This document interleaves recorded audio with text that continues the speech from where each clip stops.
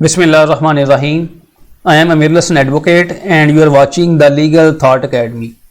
आज का टॉपिक हमारे पास द फैमिली कोर्ट एक्ट 1964 है। इसमें जो पहले दो वर्ड हैं द वेस्ट पाकिस्तान है, इसको 1996 में ओमिट कर दिया गया है, तो अब जस्ट इसका नाम फैमिली कोर्ट एक्ट 1964 है।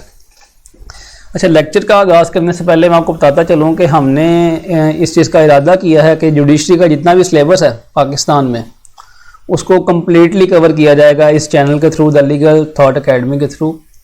उसमें हमने आज फैमिली कोर्ट एक्ट 1964 को चूज़ किया है, तो उसके हम इसके पहले 5 सेक्शंस डिटेल में डिस्कस करेंगे। तो अगर आप जुडिशियल एस्पिरेंट्स हैं तो आपके लिए तो ये इंतहाई अहम होने वाला है ये आज का लेक्चर। इस चैनल पे आज के बाद जितने भी लेक्चर आएंगे वो तमाम।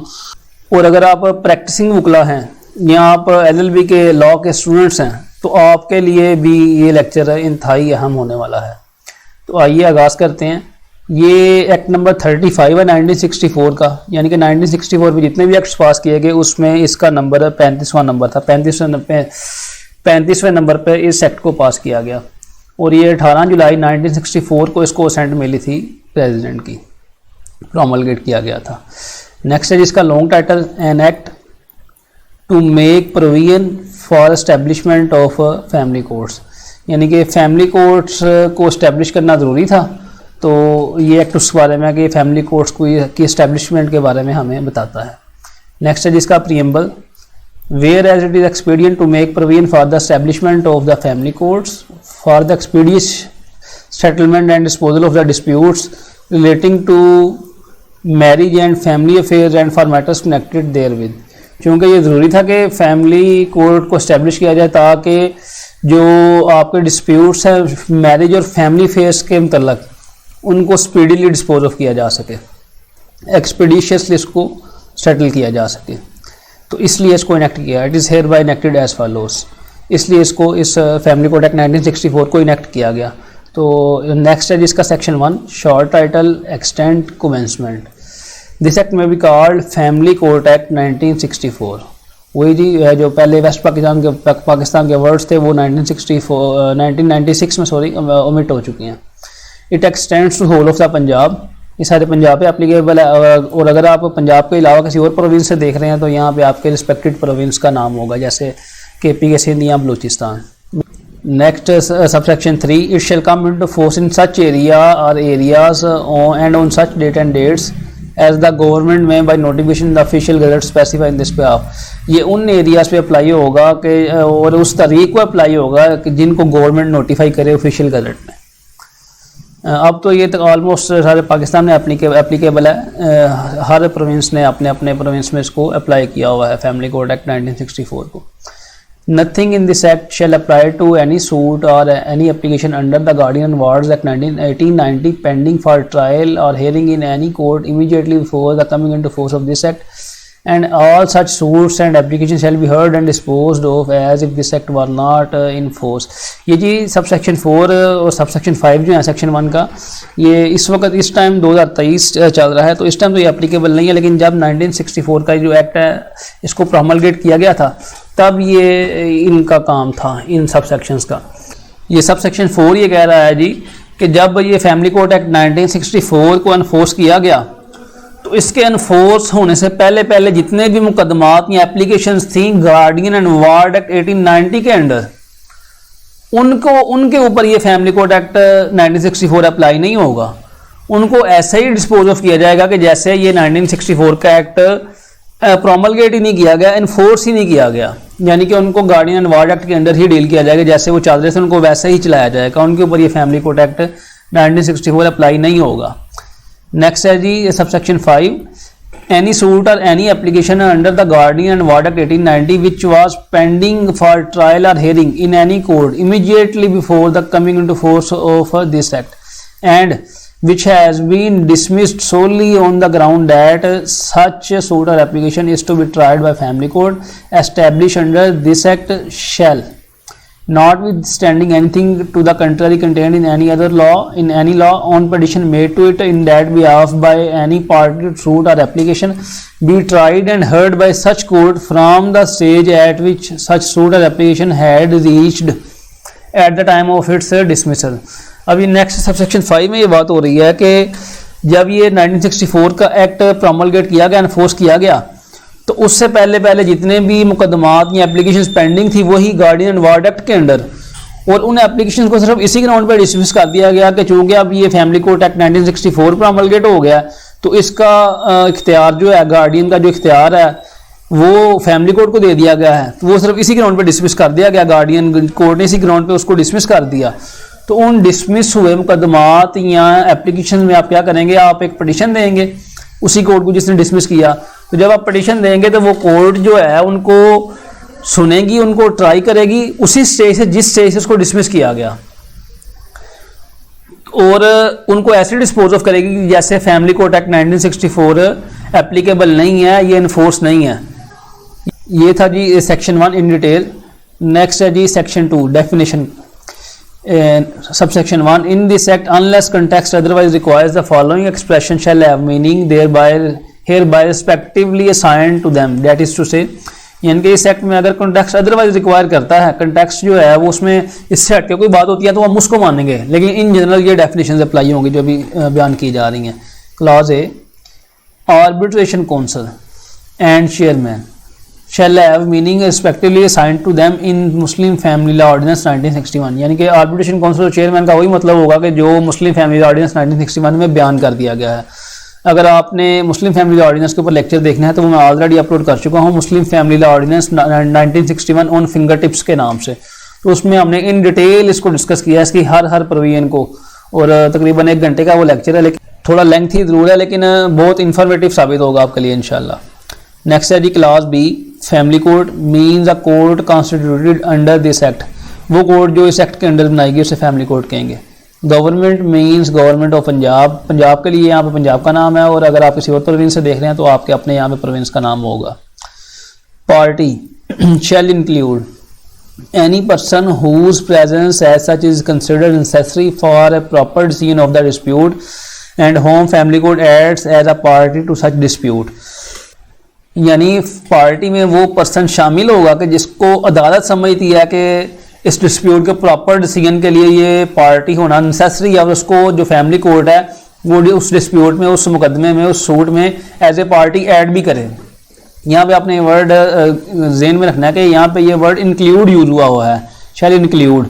इंक्लूड का मतलब है कि पार्टी की जो जनरल डेफिनेशन है वो भी अप्लाई होगी, लेकिन उससे हटके जो ये बात हो रही है ये लोग भी पार्टी में शामिल होंगे। अगर यहाँ पे मीन्स होता ना तो फिर यही लोग पार्टी होने थे, इसके अलावा कोई और बंदा को पार्टी की डेफिनेशन में नहीं था आता इस एक्ट के लिए।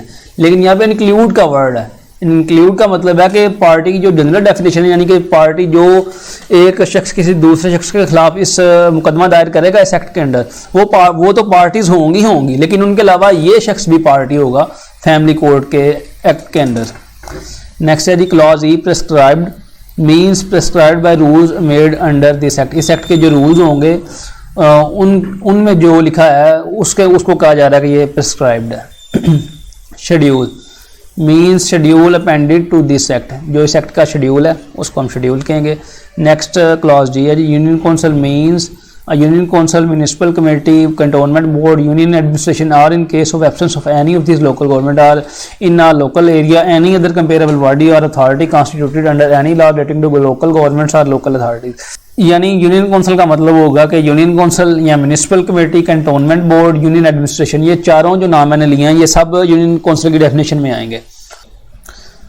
और अगर किसी इलाके में लोकल गवर्नमेंट की ये बॉडीज नहीं है तो वहाँ के मुतलका जो लोकल गवर्नमेंट का लॉ होगा ना, उस लॉ के अंडर जो कंपेरेबल बॉडीज होंगी, यानी कि ऐसी बॉडीज जो union council, municipal committee, cantonment board या यूनियन एडमिनिस्ट्रेशन का काम कर रही हों, तो उन बॉडीज को हम कहेंगे कि वो यूनियन काउंसिल ही है, चाहे उनका नाम कोई और हो उस इलाके में।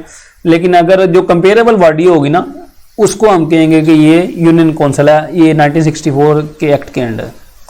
नेक्स्ट है जी सब सेक्शन 2। सेक्शन 2 का word and expression used in this act but not herein defined shall have the meaning respectively assigned to them in the code of civil procedure 1908, कि जिन वर्ड या एक्सप्रेशन को यहाँ पे define नहीं किया गया उनका वही मतलब होगा कि जो CPC code of civil procedure में उन वर्ड या एक्सप्रेशन को मीनिंग दिया गया है। नेक्स्ट है जी section 3 establishment of family court. अब जी फैमिली कोर्ट के एस्टेब्लिशमेंट के बारे में हमें बता रहा है। Subsection 1, government shall establish 1 or more family courts in each district or at such other places or place as it may deem necessary and appoint a judge for each such courts। Government जो है ये हर district में या जिस जगह पे इसको मुनासिब लगे गवर्नमेंट को, ये एक या एक से ज़्यादा फैमिली कोर्ट्स को लाजमन एस्टेब्लिश करेगी, फैमिली कोर्ट्स लाजमन बनाएगी और हर कोर्ट में एक जज भी अपॉइंट करेगी। नेक्स्ट जिसका provided that at least 1 family court in each district shall be presided over by a women जज to be appointed within a period of 6 months or within such period as government may extend. कि हर district में at least एक family court लाजमन ऐसी होगी कि जिसकी जो जज है वो खातून होगी और इस खातून जज को इस एक्ट के प्रोमलगेट करने के 6 माह के अंदर अंदर या उस दौरानिए के अंदर अंदर जो दौरानिया गवर्नमेंट फिक्स करे सेट करे उस दौरानिए के अंदर अंदर इस खातून जज को अपॉइंट किया जाएगा। और ये तो पुरानी बात है, लेकिन अब तो ऑलमोस्ट हर डिस्ट्रिक्ट में ही काफ़ी फैमिली कोर्ट्स में वुमेन जजेस मौजूद हैं। नेक्स्ट जी इसका subsection 2, a woman judge may be appointed for more than 1 district and in such cases the woman judge may sit for disposal of cases at such place or places in other district as the government may specify। अब जो women जज है इसको एक से 8 district में भी इसको अपॉइंट किया जा सकता है, यानी कि एक ही खातून जज होगी, उसको 1 से 8 डिस्ट्रिक्ट में अपॉइंट कर दिया गया। तो फिर वो वुमेन जज जो है वो उन डिस्ट्रिक्ट में ऐसी जगह पर बैठेगी केसेस की डिस्पोजल के लिए, केसेस का फैसला करने के लिए कि जो गवर्नमेंट स्पेसिफाई करेगी।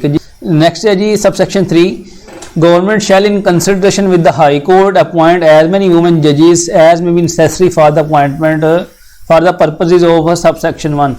और गवर्नमेंट जो है हाई कोर्ट से कंसल्टेशन के बाद जितनी चाहे वुमेन जजेस को अपॉइंट कर सकती है, ज़रूरी नहीं एक ही हो, एक तो लाजमन करार दे दी गई है ना हर डिस्ट्रिक्ट के लिए, लेकिन एक से ज़्यादा भी जितनी गवर्नमेंट चाहे वो अपॉइंट कर सकती है। नेक्स्ट है जी सेक्शन 4, क्वालिफिकेशन ऑफ जज। अब जो फैमिली कोर्ट का जो जज होगा या होगी उसकी क्वालिफिकेशन क्या होगी, किस शख्स को फैमिली कोर्ट का जज मुकर्रर किया जाएगा। No person shall be appointed as a जज of a family court unless he is और हैज़ बीन और is qualified to be appointed as a district जज, an additional district judge, a civil judge or a qazi appointed under the दस्तूरुल अमल दीवानी और रियासत कलात।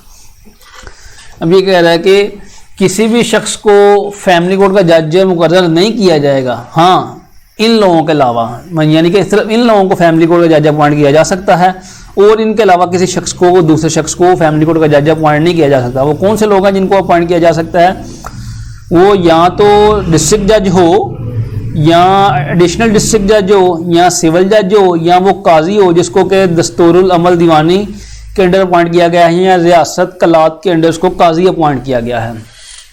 अब ये जो आपको मैंने 4-5 कैटेगरी बताई हैं कि जिनको अपॉइंट किया जा सकता है, अब इसके बारे में 3 बातें हो रही हैं। या वो शख्स ये जजों में से कोई एक जज हो, इज़ और हैज़ बीन, या वो रह चुका हो, यानी कि जो शख्स डिस्ट्रिक्ट जज या एडिशनल डिस्ट्रिक्ट जज या सिविल जज या काजी रह चुका है उसको भी फैमिली कोर्ट का जज अपॉइंट किया जा सकता है। और जो शख्स क्वालिफाई करता है कि उनको ये सब लगा दिया जाए, इन सब में से कोई एक उसको लगा दिया जाए, यानी कि उसको यहाँ डिस्ट्रिक्ट जज के लिए वो क्वालिफाई करता है या वो एडिशनल डिस्ट्रिक्ट जज के लिए क्वालिफाई करता है या वो सिविल जज के लिए क्वालिफाई करता है या वो काजी के लिए क्वालिफाई करता है, तो उसको भी फैमिली कोर्ट का जज मुकर्रर किया जा सकता है। नेक्स्ट है जी section 5, very very very important section of family courts act 1964। ये हमें बताता है कि फैमिली कोर्ट अब एस्टेब्लिश तो हो गई, उसका जज भी अब हमने अपॉइंट कर दिया, लेकिन ये फैमिली कोर्ट मुकदमात कौन से सुनेगी, फैमिली कोर्ट में किन केसेस को दायर किया जा सकता है, तो ये हमें इस बारे में बताता है। इसका जी sub section 1, subject to the provisions of Muslim Family Law Ordinance 1961 and Conciliation Courts Ordinance 1961, the family courts shall have exclusive jurisdiction to entertain, hear and adjudicate upon matters specified in the part 1 of the schedule।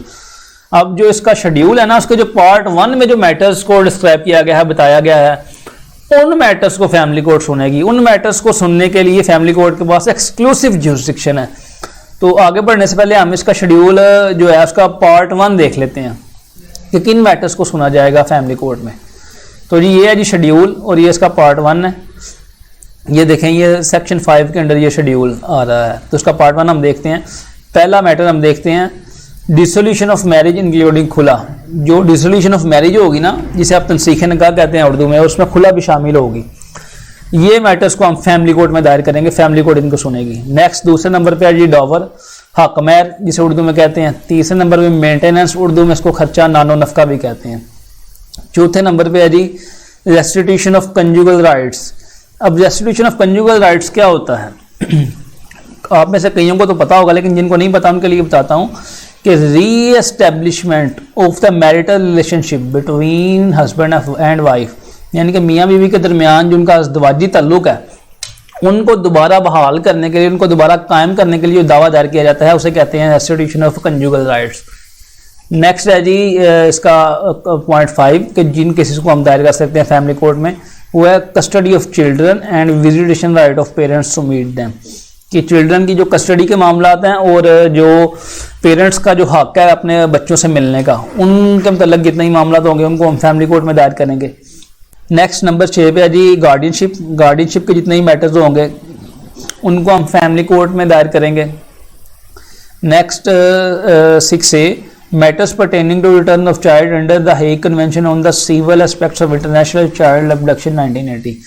अब जो return of child के मामला है ना, जो Hague convention on civil aspects of international child abduction 1980 के अंडर आते हैं, वो भी फैमिली कोर्ट की जुरिसडिक्शन में ऐड कर दिए गए हैं। ये अमेंडमेंट हुई थी एक 2019 में, 2019 में, उसके बाद से ये ऐड किए गए हैं। नेक्स्ट है जी जैक्टिटेशन ऑफ मैरिज। इसको आप दावा तकज़ीब निकाह भी कहते हैं। इसको भी थोड़ा एक्सप्लेन कर देता हूँ कि a false assertion that one is married to someone to whom one is not in fact married, यानी कि ऐसा झूठा दावा कोई कर दे कि मेरी तो फलां बंदे से शादी हुई है, तो उसको अदालत से गलत साबित करवाने के लिए वो दूसरा बंदा आ जाता है कि मेरी से शादी नहीं हुई, ये बंदा मेरे पे झूठ बांध रहा है, ये बंदा झूठ बोल रहा है कि इसकी मेरे से शादी हुई है। तो इसके मतलब जो दावा होता है उसे कहते हैं जैक्टिटेशन ऑफ मैरिज या दावा तकज़ीब निकाह, यानी कि ये झूठे निकाह का ये दावा कर रहा है जो कि इसका मेरे से निकाह ही नहीं हुआ, तो इसको ख़त्म किया जाए, इसको डिक्लेयर किया जाए कि ये हमारा निकाह नहीं हुआ। इसको कहते हैं जैक्टिटेशन ऑफ मैरिज। नेक्स्ट है जी डाउरी। जो आपके समान जहेज के मतलब मामला तो होंगे वो फैमिली कोर्ट में आएंगे। ऊपर जी जो दूसरे नंबर पे है वो डावर है, उसे वो हक महर को कहते हैं। ये जो 8वें नंबर पे ये डाउरी है, यानी समान जहेज के जो मामला आते हैं। नेक्स्ट है जी personal property and belongings of a wife and a child living with his mother. ये आपने ज़रा तवज्जो से आपने इस चीज़ को समझना है कि जो वाइफ की जो पर्सनल प्रॉपर्टी और बिलोंगिंग्स होंगी ना, एक तो उसका मामला भी फैमिली कोर्ट में आएगा, ये तो क्लियर है। ये जो नेक्स्ट पॉइंट है ना, and a child living with his mother, और ऐसा बच्चा जो सिर्फ अपनी माँ के साथ रह रहा है, उसकी जो पर्सनल प्रॉपर्टी और बिलोंगिंग्स का मामला होगा ना, वो भी फैमिली कोर्ट में आएगा। वो बच्चा जो अपनी माँ के साथ नहीं रह रहा, अपने बाप के साथ रह रहा है या माँ के अलावा किसी और शख्स के साथ रह रहा है, उसका मामला फैमिली कोर्ट में नहीं आएगा। सिर्फ वो वाला बच्चा यहाँ पे शामिल है कि जो अपनी माँ के साथ रह रहा है, तो उस बच्चे की जो पर्सनल प्रॉपर्टी और बिलोंगिंग्स है ना, वो उनका मामला सिर्फ और सिर्फ फैमिली कोर्ट में दायर किया जाएगा। नेक्स्ट है जी नंबर 10 पे any other matter arising out of नकाहनामा, यानी कि नकाहनामे से अगर कोई और मामला निकल रहा है, कोई और डिस्प्यूट निकल रहा है, तो वो मैटर भी फैमिली कोर्ट की जुरिसडिक्शन में आएगा, उनको सिर्फ और सिर्फ फैमिली कोर्ट डिस्पोज ऑफ करेगी। तो ये आपने इन डिटेल डिस्कस कर लिया, देख लिया है इसका शेड्यूल का पार्ट 1। नेक्स्ट टाइम हम दोबारा सेक्शन 5 पे आ जाते हैं। नेक्स्ट है जी इसका subsection 2। Notwithstanding anything contained in the code of criminal procedure 1898 the family court shall have jurisdiction to try the offences specified in part 2 of the schedule where one of the spouses is a victim of an offence committed by the other. अब यहाँ पे schedule का जो part 2 है उसकी बात हो रही है कि जो ऑफेंसेस इस फैमिली कोड एक्ट 1964 के शेड्यूल के पार्ट 2 में लिखे हुए हैं ना, अगर उन ऑफेंसेस में अगर वो जो ऑफेंसेस हैं वो एक स्पाउस अपने दूसरे स्पाउस के खिलाफ कमिट करता है, यानी कि या बीवी अपने शोहर के खिलाफ वो ऑफेंस कमिट करती है या शोहर अपनी बीवी के खिलाफ वो ऑफेंस कमिट करता है, तो उनको डिस्पोज ऑफ करने का, उनके ऊपर एडजुडिकेशन का जो इख्तियार है वो फैमिली कोर्ट को भी दिया गया है। ये सीआरपीसी में, कोड ऑफ क्रिमिनल प्रोसीजर में तो लिखा हुआ है कि उनको जो है मजिस्ट्रेट या जो शेड्यूल, उसके जो शेड्यूल 2 है सीआरपीसी का, उसमें जिन अदालतों का जिक्र है वो अदालतें एडजुडिकेट करेंगी। लेकिन यहाँ पे बात जिक्र की जा रही है कि उन अदालतों के अलावा फैमिली कोर्ट को भी इख्तियार होगा, लेकिन किस सूरत में कि वो जो ऑफेंसेस हैं वो पार्ट 2 में लिखे हुए, सिर्फ उन ऑफेंसेस के बारे में, और वो जो ऑफेंस पार्ट 2 में लिखे हुए हैं इस शेड्यूल के, उन ऑफेंस को यहाँ तो मियाँ ने बीवी के खिलाफ कमिट किया हो, यहाँ बीवी ने अपने मियाँ के खिलाफ कमिट किया हो। तो आइए उन ऑफेंसेस को भी देख लेते हैं शेड्यूल के पार्ट 2 को। ये है जी शेड्यूल का पार्ट 2। तो वो ऑफेंसेस कौन से हैं जो फैमिली कोर्ट की जुरिसडिक्शन में भी आते हैं? वो ऑफेंसेस ये हैं 337A1, 337F1, 341, 342, 343, 344, 345, 346, 352 and 509 of Pakistan penal code. Pakistan penal code के ये जो ऑफेंसेस है ना, ये ऑफेंसेस फैमिली कोड की जुरिसडिक्शन में भी आएंगे, लेकिन सिर्फ तब भी आएंगे जब ये बिटवीन स्पाउसेस हों, यानी कि यहाँ मियाँ ने अपने बीवी के खिलाफ ये ऑफेंस इनमें से कोई एक कमिट किया हो, यहाँ बीवी ने अपने शोहर के खिलाफ इनमें से कोई एक ऑफेंस या सब ऑफेंस ये कमिट किए हों। और आपने ये बात याद रखनी है कि इनकी जो एड और अबैटमेंट है ना, जो शख्स इनकी अबैटमेंट करेगा या इनको एड करेगा वो भी फैमिली कोर्ट की जुरिसडिक्शन में आएंगे। नेक्स्ट जी दोबारा आ जाते हैं सेक्शन 5 पे। इसका जी नेक्स्ट है जी subsection 3। Government may amend the schedule through addition, deletion or substitution of any entry in the schedule. अब ये शेड्यूल आप पढ़ चुके हैं, ये वाला, इसका पार्ट 1 भी आप पढ़ चुके हैं डिटेल में, और पार्ट 2 भी आप देख चुके हैं। इस शेड्यूल की जिक्र हो रहा है कि इस शेड्यूल को गवर्नमेंट जो है जब चाहे अमेंड कर सकती है, इसमें कोई नई चीज़ भी ऐड कर सकती है, इसमें से कोई चीज़ डिलीट भी कर सकती है, इसमें से कोई चीज़ बदल भी सकती है। तो ये हो गई जी आज सेक्शन 5। नेक्स्ट इंशाल्लाह इसके अगले सेक्शंस को हम डिस्कस करेंगे इन डिटेल। तो अगर ये आज का लेक्चर आपके लिए हेल्पफुल रहा तो आप लाइक और सब्सक्राइब कर सकते हैं। Thank you very much. अस्सलाम वालेकुम रहमतुल्लाह।